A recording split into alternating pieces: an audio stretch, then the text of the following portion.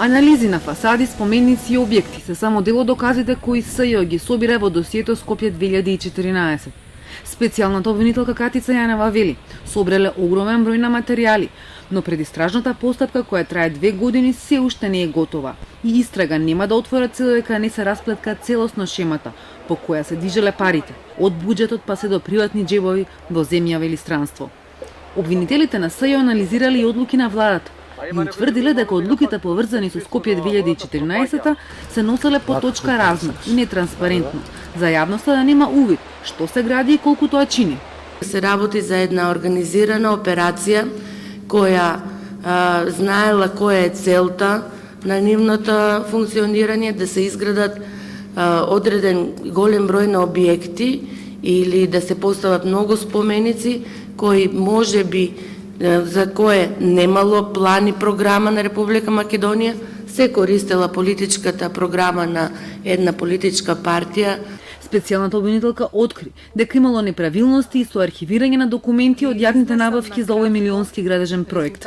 И истите се предадени голем број на архивот на Република Македонија, па се вратени во општина Центар, па истите не се наоѓаат, не се знае каде се наоѓаат и во последниот период изнајдовме огромен број на материјали кои биле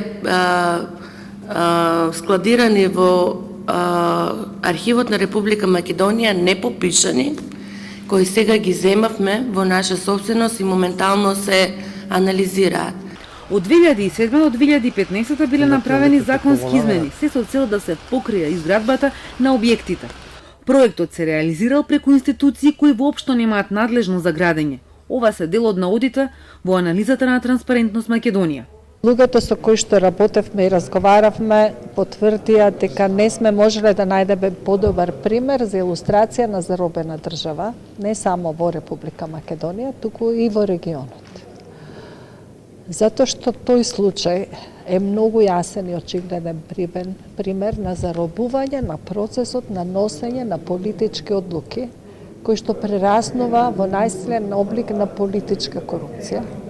За политичките, архитектонските, културните, естетските и другите последици од менувањето на лицето на Центарот на Скопје говори и поранешниот и актуелниот министер за култура, Алагјозовски Адеми. Првиот човек на работната група за Скопје 2014 Грчев и други експерти на конференцијата Заробена држава и илустрација преку проектот Скопје 2014. Најсилен столб од аспект на